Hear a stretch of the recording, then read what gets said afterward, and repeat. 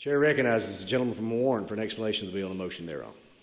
Mr. Speaker, I ask the clerk to report the House Committee Substitute to House Bill 232.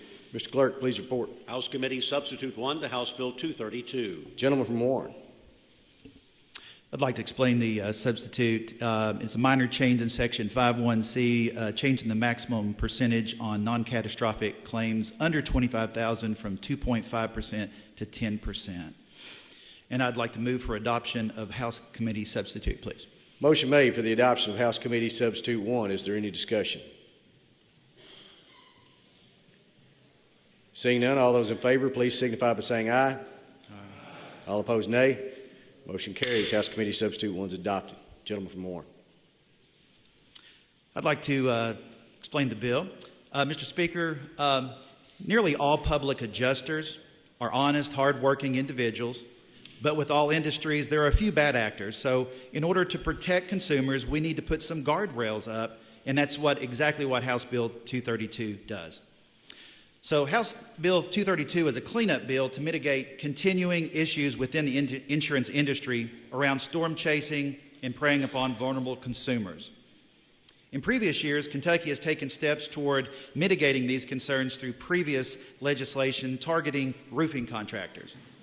While these steps were necessary, it is time we take additional steps following the natural disasters that we've seen over the past 2 years. We are seeing an influx of public adjusters coming into Kentucky from other states as regulations are being implemented elsewhere. So this bill allows 3 key issues to be addressed while dealing with claims in Kentucky. So that would be transparency, conflict of interest, and consumer protection. So for transparency, this bill would require signed contracts between public adjusters and insureds to be shared with insurers and on file with the Commissioner of the Department of Insurance.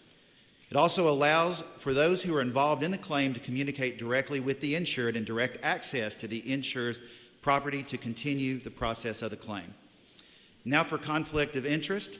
This bill prevents public adjusters from receiving direct or indirect compensation on a claim outside of the signed contract. And third, consumer protection. This bill implements a threshold on the compensation a public adjuster may receive from the insurance settlement at 10%.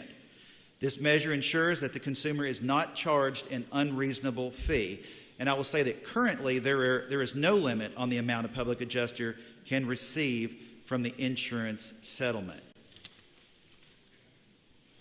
So, Mr. Speaker, I move passage of House Bill 232 as amended by House Committee Substitute.